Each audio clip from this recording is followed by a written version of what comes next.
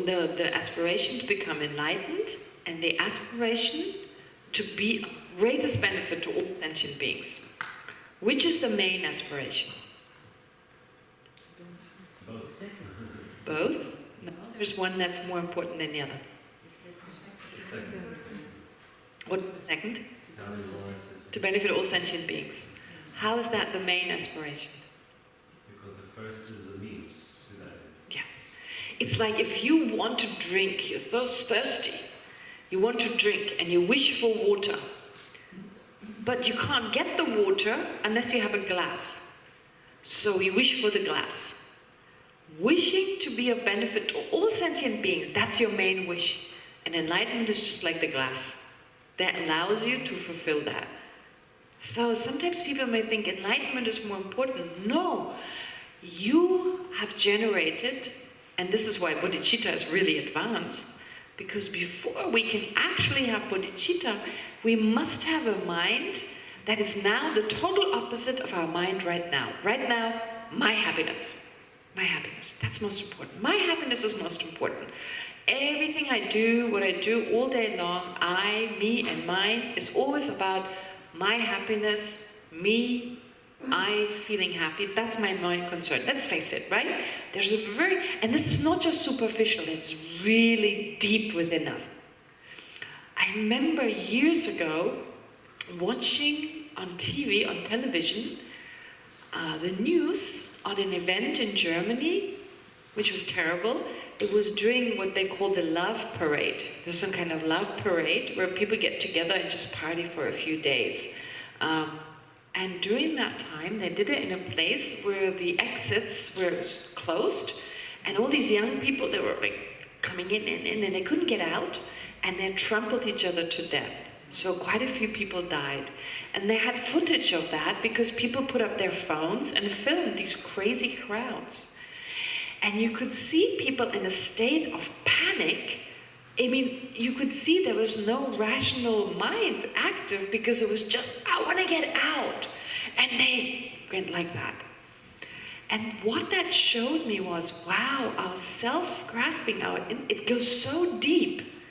So deep. Like we can, with a coarse mind, if we're calm, we may go, okay, you go first. 2 pieces of cake, that's bigger, that's smaller. If no one sees me, okay, you get the smaller one. But, in general, it's like, yeah, I can make a rational decision. So then we can actually control our self-grasping.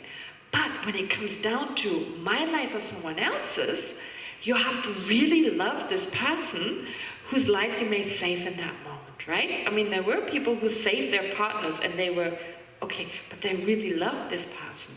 So where their love went deep enough that when it came down to my life or not, they could actually give their life. That shows the kind of love we have to generate. It has to go really deep, that even if your life is at stake, it's the other, okay? Now, this is not a judgmental, it's just the kind of love we need to develop, so there's a lot of work to be done. Because forget about the subtle level, even on the quartz level, we still have to do a lot of work. And once we can really feel that love for others, we're actually able to put others before self, we still need to bring it to a level that, come what may, others' benefit will always be there. Even if our own life is at stake, even if we can't breathe, we will still help others. That's the kind of love we're talking about. Like, others' benefit is my benefit. In other words, I don't draw this distinction between me and others' welfare just because they're more. It's theirs because that's mine. That kind of sense of compassion and love and affection. And then you think, what's the best way I could bring this benefit to others? What's the best way? And because it's enlightenment, that's what you choose. If it was something else, you choose something else. Right? If hypothetically becoming enlightened wasn't the best thing to achieve the first aspiration, then you would choose that. You would choose something else if it wasn't that. So that's why Buddhism is a lot less about enlightenment. It's actually much more about the Nalanda tradition, Mahayana Nalanda tradition. It's a lot more about how can we benefit others. That's really what's behind it. But because we talk so much about enlightenment, what it is, it kind of gets lost a little bit. But I think it's so important to stress it, that really our motivation here should be, how can we bring more happiness to others? But of course, based on certain meditations we do, I mean, looking around, what's going on, there's so much suffering around us, etc. So anyway, but this is not the topic of this course, but it should be the foundation. It should be the groundwork of what we're doing here. Because after all, the refuge we try to develop is Mahayana refuge. Okay, having said this, now it's there, bodhicitta is there for a mind that wants to benefit sentient beings in the best way possible, which is enlightenment. And that's why you wish to become enlightened. But it's not enough now. How do we attain enlightenment? That's the big question. So there's just that wish, but now we need to get there. And that's a lot of work because we need to change our mental consciousness. So we need to attain enlightenment, so we need to engage in extensive and prolonged practice of the Mahayana stages for full enlightenment, which must be preceded by listening to, contemplating and meditating on those. And therefore, here this text, it explains 10 different Mahayana practice instructions. So after bodhicitta has been explained, the 10 instructions assist bodhisattvas on the path of accumulation, or those aspiring to become bodhisattvas, to generate the qualities they have not yet generated, and to prevent any loss of the qualities that they have generated. Okay. So this is a very unusual way of studying the Dharma. It's different to what you usually probably learn in your own personal classes. So this was just the Tibetan way that worked quite well for them, besides the Lamrim, of course. All right. So the first one is the true truth. The conventional, the ultimate truth. Really difficult topic, right? True truth. So what do you learn here? Well, you explain them in order to understand the nature and the aspect of practice. So not only do you understand how phenomena exist, like what is a conventional truth, what is their ultimate nature, no, on top of that, you learn what is the ultimate nature of practice. Okay? So why would you learn about that? It's not just about the ultimate. We learn about emptiness actually more as part of the later topic of the explicit meaning of the Perfection of Wisdom Sutras, when you learn much more about emptiness. Here it's just a brief introduction, but just give you the sense that practice to become a Buddha, that doesn't exist inherently. It doesn't exist intrinsically, which is why you can practice. If things existed solidly, concretely, independently as they appear, we couldn't practice. You could not generate something that you haven't, like a quality, you couldn't generate a quality that you previously didn't have, because you couldn't change. Independent means you can't create the causes and conditions to bring about change. Okay. So, and then the next object is the Four Noble Truths. So not only does your practice not exist inherently, but your main focal object, the main object of your practice is the Four Noble Truths. Right? To understand that our situation right now is limited. That our state of mind is very limited. So dukkha can mean more than just dissatisfactory and suffering. It also means the limitations our mind experiences right now because of the origin, because of the reason for that, our misapprehension of reality. And the residues that leaves on our mind, that is responsible for the restrictions our mind experiences right now. It doesn't have to experience those. Our mind is like muddy water. The mud is extra. And it hinders, it prevents the pure water, which is the analogy for the mind, to do what the mind does best. Be loving, being compassionate, being generous, being patient, being wise, knowing things how they exist. So that is just what's extra in our mind due to our misapprehension of reality. And enlightenment is the truth of cessation, and the Mahayana path is that which takes us there. So the Four Noble Truths can be seen from the point of view of just liberation and from the point of view of enlightenment. So different levels. Okay. And to be able to really use this, we need diligence. We need to now work hard. We need choice effort, diligence, perseverance, or choice effort, whichever word you use here. You need the three types of diligence. You need diligence of non-involvement, in the sense like of being lazy, which is being lazy here means having joy, having an interest in accumulating negative, senseless, useless, negative activities. Then the diligence of tirelessness without feeling sloth, like, ugh, don't want to do it, procrastinating, right? That kind of laziness. And the laziness of thinking, I can't do it. Okay? Of self-contempt, faint-heartedness, feeling like, oh, other people can be better, can be a better person. I can't be that, right? So these are the three types of practice, or three types of joyous effort, if you like, which is three types of like avoiding laziness. So it's if you see the opposite, it's three ways in which you work hard. And then you have the 5 visions and the 6 types of clairvoyance, like special abilities. Those are like visions, the clairvoyance, they're funny words. They don't even have those words in Tibet. They sound like this mysterious kind of clairvoyance. It's just training the mind to do what it does best, to know. Right?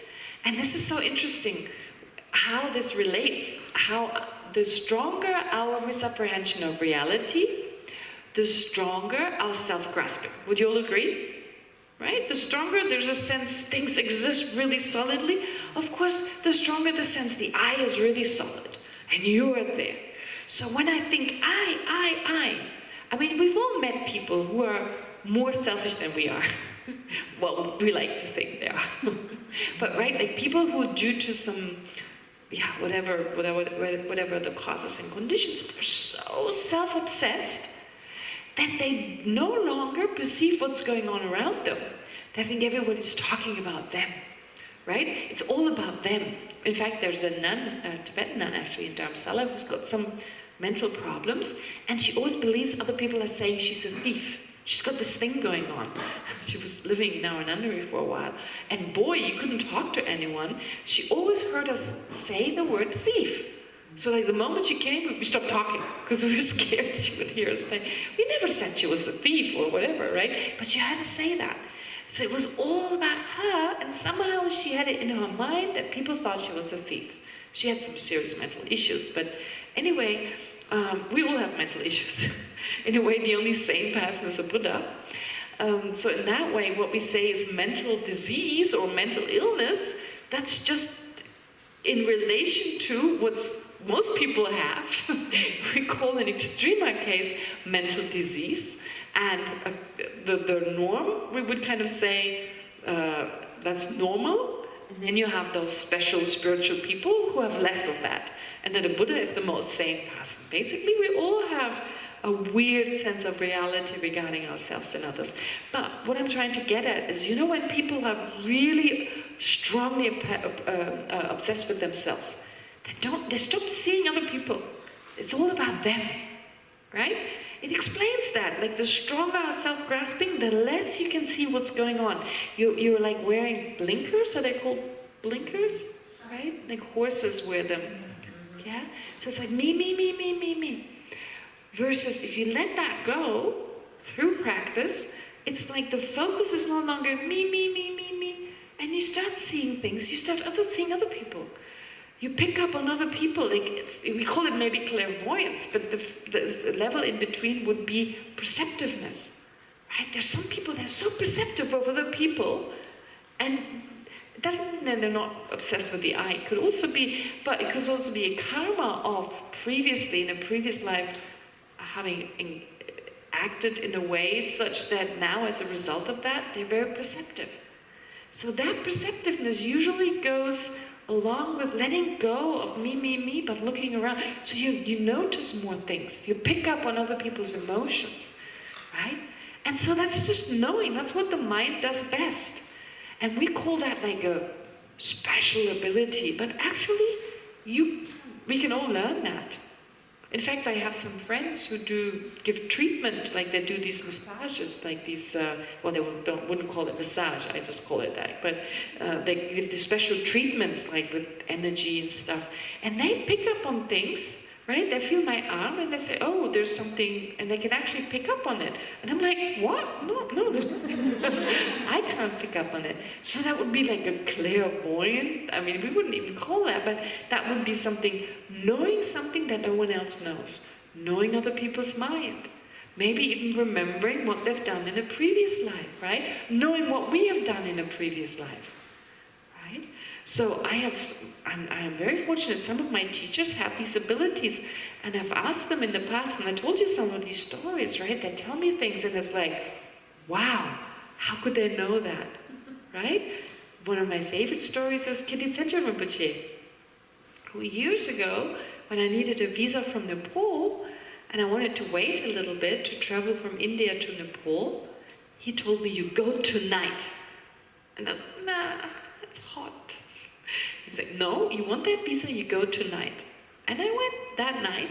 I went to Nepal, I got my 5-year student visa, I came back, and Rajiv Gandhi was assassinated. And I don't think Rinpoche had anything to do with that. So he knew this was the time to go. You had to go now. No one else knew. Other people told me, wait until the monsoon starts, it's too hot, right? So this would be an example of clairvoyance, that through his meditation, through not being self-obsessed like I am, I at all time, the mind expanded to such a degree that he knew other things. What could happen in the future, right?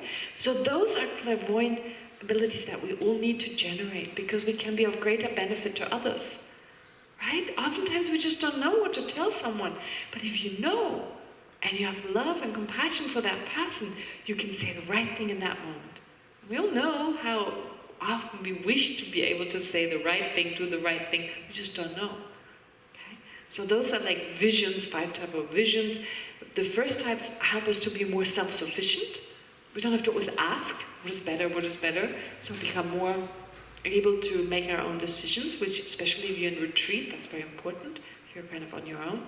And the 5, 6 type of clairvoyance, again, you are able to benefit others in a really powerful way. I mean, these lamas, they don't get bored of people coming all day long. And if you got a bit of clairvoyance, everyone comes to see you. Because who wouldn't like a little bit of clairvoyance in helping you to make a decision, right? Okay, it's like there's a limit to what you ask, but some people don't know the limit. I mean, they ask the most bizarre questions, and those lamas are more than happy to help. They have people come and go all day long, and they're just so happy that they benefit others out of their love and compassion. So they accumulate a lot of merit.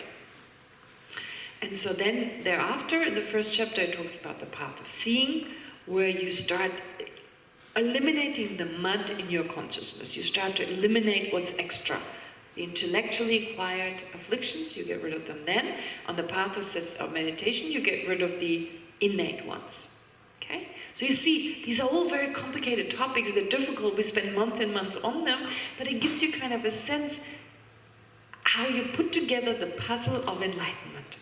It's like little puzzle pieces, and you learn to get, and when you study this, you're like, with each puzzle piece, you're like totally absorbed in that, and you forget the other puzzle pieces. But you put it there, right? And once you finish your studies, then when everything comes together.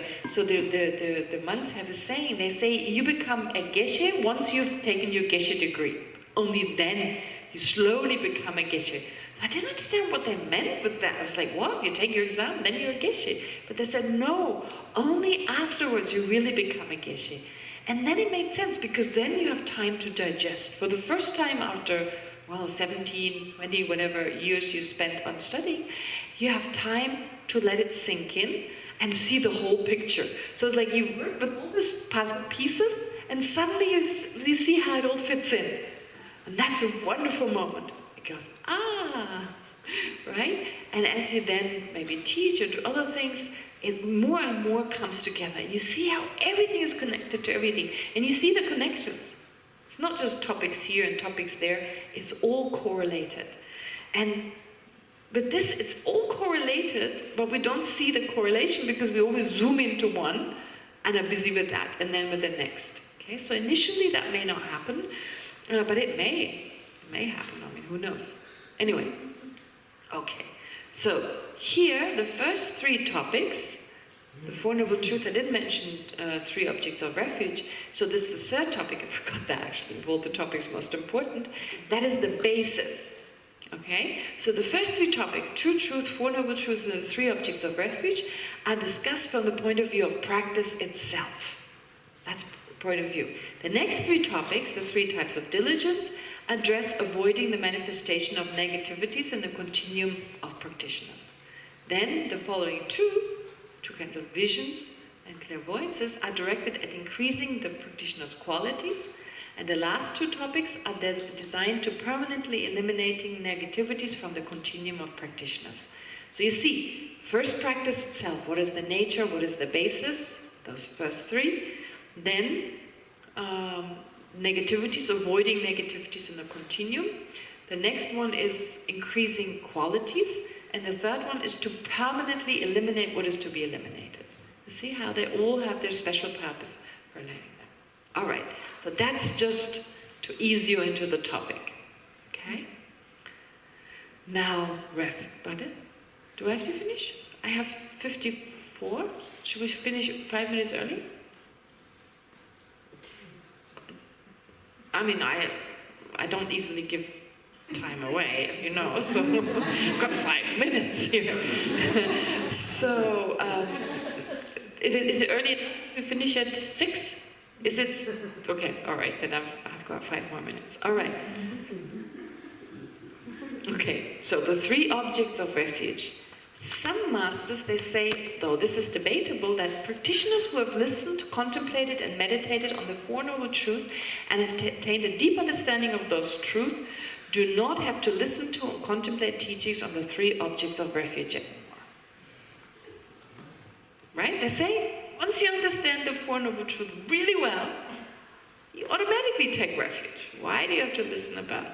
So the first point would be, is that true? And the second, do we have really listened and understood the Four Noble Truths well? Right? The Four Noble Truths are so interesting. If you don't understand the Four Noble Truths well, there's a tendency of saying, I've heard them before. Oh, the Dalai Lama teaches on the Four Noble Truths. I know them, I'm not going to go. What? If you see the teachings in Dharamsala, where this homeless talks about the Four Noble Truths, all the high lamas, they all go. The most incredible practitioners, they all go. Because the Four Noble Truths, there's so many different levels. And if you listen with the right kind of attitude, every time you hear something different, every time it touches you in a different way. So the best understanding of the Four Noble Truths only a Buddha has. That's the deepest understanding. So the whole Buddhist study is really deepening the understanding of the Four Noble Truths. So when we think, oh, got that one, oh, that's boring. When you think a Dharma teaching of the Four Noble Truths is boring, you're not listening with the right attitude. You're not listening with like, how does this affect me? Because if you do that, you hear something new every time, and you take it to a deeper level every time. If you're just trying to get information, you're just listening to the words, that's the wrong kind of listening. Yeah, you've heard the words before, you can repeat them, etc. But the kind of listening that we're trained to generate or to cultivate is like, I don't even know how to put that into words, but like to say, everything I hear right now, where is my own personal suffering? Where is my dukkha? Where am I not recognizing that it's dukkha?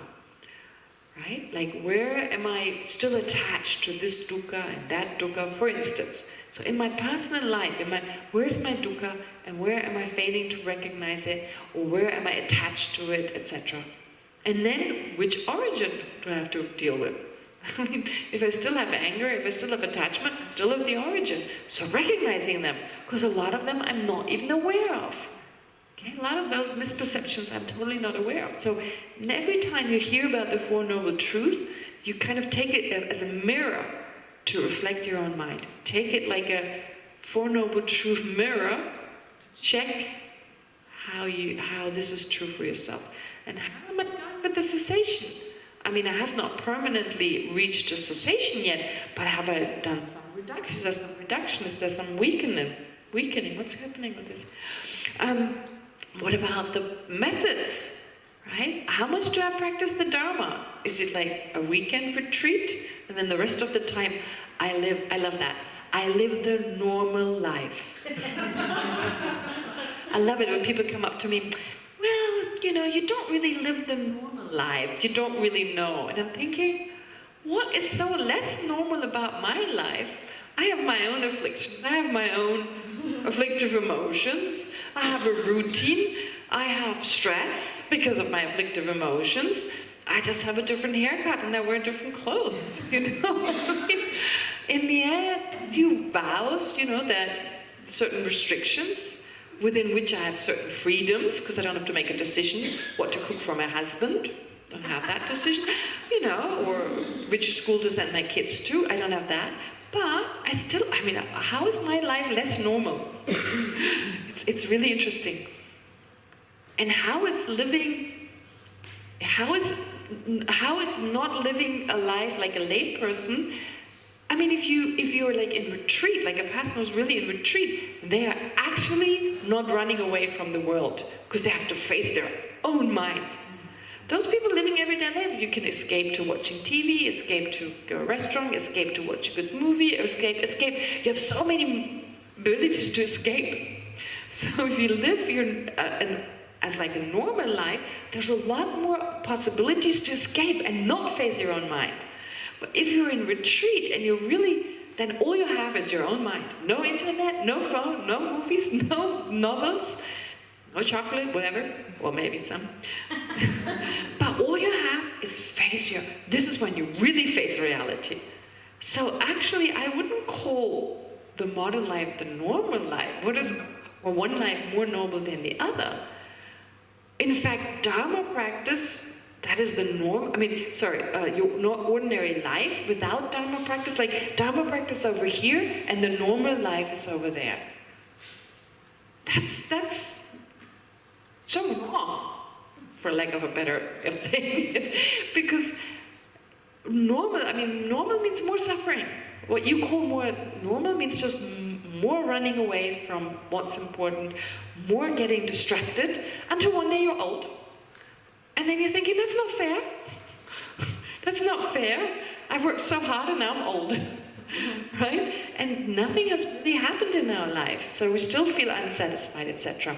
So the way to actually live our life is to bring the Dharma into our lives so that our normal life is that of the Dharma. So you don't have to be ordained, you just bring it right in. And taking refuge, what I'm trying to say, is part of that. Taking refuge. So let's see. Just taking refuge, that's not taking refuge, just saying, Ve Buddha, Ve Dharma, Ve Elai It or something. Oh, yeah. Anyway, that's not enough. But now let's take lunch first. Dinner. It's really a little bit past, so we'll talk more about it. And we'll have a meditation also later. Okay, great. Yes, so let's first, yeah.